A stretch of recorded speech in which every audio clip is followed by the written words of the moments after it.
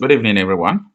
Some time ago, the news broke before that Dele Farotimi was arrested through the petition by the CEO of UBA, Tony Domendo, and police arrested him in Lagos. By the way, police invited him at 11 a.m. and he was there before 11 o'clock. And they showed him the petition that Tony Domendo wrote against him. So he tried to defend himself and tell them that the petition is even based that if they don't agree with him, they should charge him to court. That is the right proceeding, and that is what they're supposed to follow. But that is not enough. He was arrested because it is the big masquerade in Dumendu that wrote the petition against him. And that is not enough. What happened again is that Nigerian government are not happy with Dele Farotimi because he speaks the truth. Every now and then, Dele Farotimi is just like a light in darkness. So he's a kingsman, hates him, and they don't want to, they are just looking for a way to break him down. So Tony and Domendo writing petition against this man, they see it as an opportunity to break this man down. And that is opportunity that the government has taken now. Just imagine, Dele Farotimi was arrested in Lagos State. You know what happened? They drove in through roads to Ogun State. What kind of abuse is that? What kind of police? I don't understand. Abuse of police power is that? They drove him to Ekiti State. And sometimes people who are reading law, we need you people in Nigeria, but Nigeria is a lawless country. It's a lawless country. And that is why everybody is looking for the quickest escape out of Nigeria. The Biafrans has already left. Nobody has faith in Nigeria again. The Oduduwa has already left. They don't have faith in Nigeria. The North is even confused whether to leave or not to leave. Today they talk about, oh, this is tax bill. It will not favor us. We want to leave Nigeria. Tomorrow they say we are to. People are just confused in this country. What sort of nonsense is this? That just a petition against someone, you arrest him, you take him from one state to the other, undermining every protocol. Why can't you charge him to court and invite him to court? He will come to court and defend himself. Whatever the judge said, then it will happen. But no, no. That man is, is a kind of man that they don't want in Nigeria. He's always speaking the truth. So this is an opportunity to just break him and make sure that he did not speak the truth again. He was accused of siding Igbos at a time. He was accused of trying to, cause tension in Nigeria before. And I think people are raising their voices for Dele Farotimi. Dele Farotimi is a very nice person. I love him personally because of the truth he normally speaks. Without fear or favor, he stands by what he believes. He stands by what he knows. One of the things that a politician sent me one of his video when he said that Nigeria is just like a hyena hypothesis. A hypothesis that you will always come to a failed conclusion. Yeah, a failed conclusion. That no matter what we do in Nigeria, that Nigeria is not going to work out well. That Nigeria is not a country. So maybe all those things, they don't like people who speaks the truth. They like those who continue to promote the falsehood we have been living since 1960. Right from the day I was born, I started growing till the time I started, having sense. You know what I mean? When I started knowing what is right and what is wrong, they have been telling us that Nigeria is going to get better. But I am already a middle-aged man, but things are not getting better. All those things are falsehood, lies.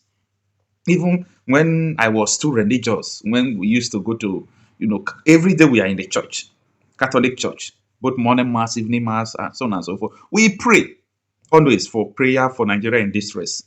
We used to pray. But at the time, I started asking something is wrong with me. Something is wrong with me because the country don't need prayer. The country need to disintegrate. Let everybody go and solve their problem. The problem in this country is too much. It's too much. The country have to disintegrate. Let everybody go and solve their own problem in their own way. We have no task, bad politicians from every angle. The Igbos, the Yorubas, the Ijosephic, Benin, Ekas, Hausas, to mention but few, both Fulani. Every part of Nigeria, we have bad people. We have good people. But you know what? When the bad people join together, they call them cabal. they have the opportunity to do whatever they want to do, then you can't do anything. Because these people are in the unity of evil. They are in the unity of destruction, the unity of sabotaging your progress. They are joined together. You can't win them. But when you disintegrate this entity, now you can face them one after the other, one after the other. And that is why no matter what you do, if your governor is not good, since he's paying allegiance to Abuja, if you do PEM, Abuja will send military after you.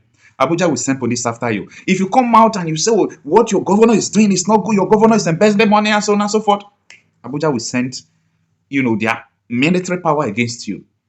But just come to think of it, if your state is just your country, do you think that what is going on will go on? No, now. No, it won't go on. Because, okay, let me give you an example. If if southeastern Nigeria is just like a country, the people will resist the government and put them in their pocket. Anybody that mess up, they will put the person in their pocket. But Abuja will always intervene. Send the military. Abuja will always intervene, doing all unnecessary things against the people. If Southeast is just their own country, no politician will mess up. They will catch you with their hand. They will beat the hell out of you. No politician will embezzle their money and do all sort of things. But they do it because they know that Abuja is a backup.